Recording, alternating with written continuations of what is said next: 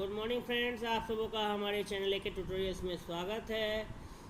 आज जो हम लोग Hindi MIL Hindi AEC 1 semester 1 के छात्रों के लिए व्याख्या का वीडियो लेकर के आए हैं।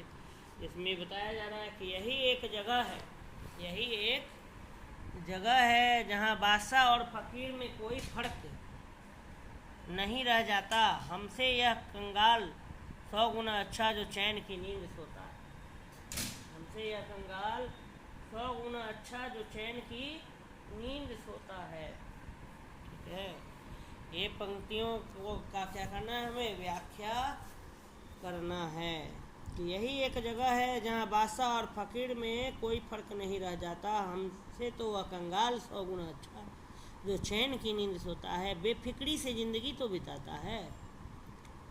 तो प्रस्तुत पंक्तियाँ आचार्य देवेंद्र नाथ शर्मा के एकांकी बाबर की ममता की हैं, जिसमें मुगल साम्राज्य के संस्थापक बादशाह बाबर विचारक के रूप में आते हैं। हुमायूं बाबर का पुत्र जो गंभीर रूप से बीमार है तथा बाबर पिता जो है वो मायूस।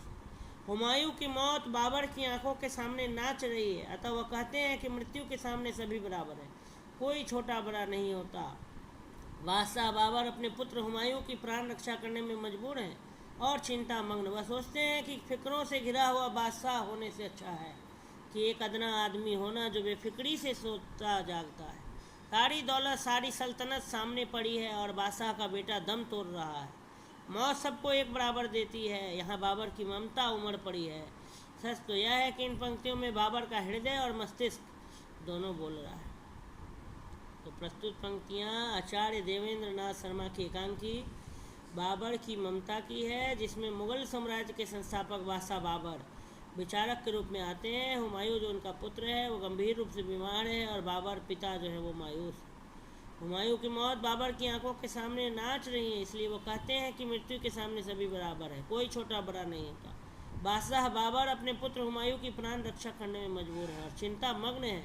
वह सोचते हैं कि फिक्र मन चिंतों से घिरा हुआ बादशाह होने से अच्छा है कि एक अदना आदमी होना जो बेफिक्री में सोता है जागता है। सारी दौलत सारी सल्तनत सामने पड़ी है और बादशाह का बेटा दम तोड़ रहा है।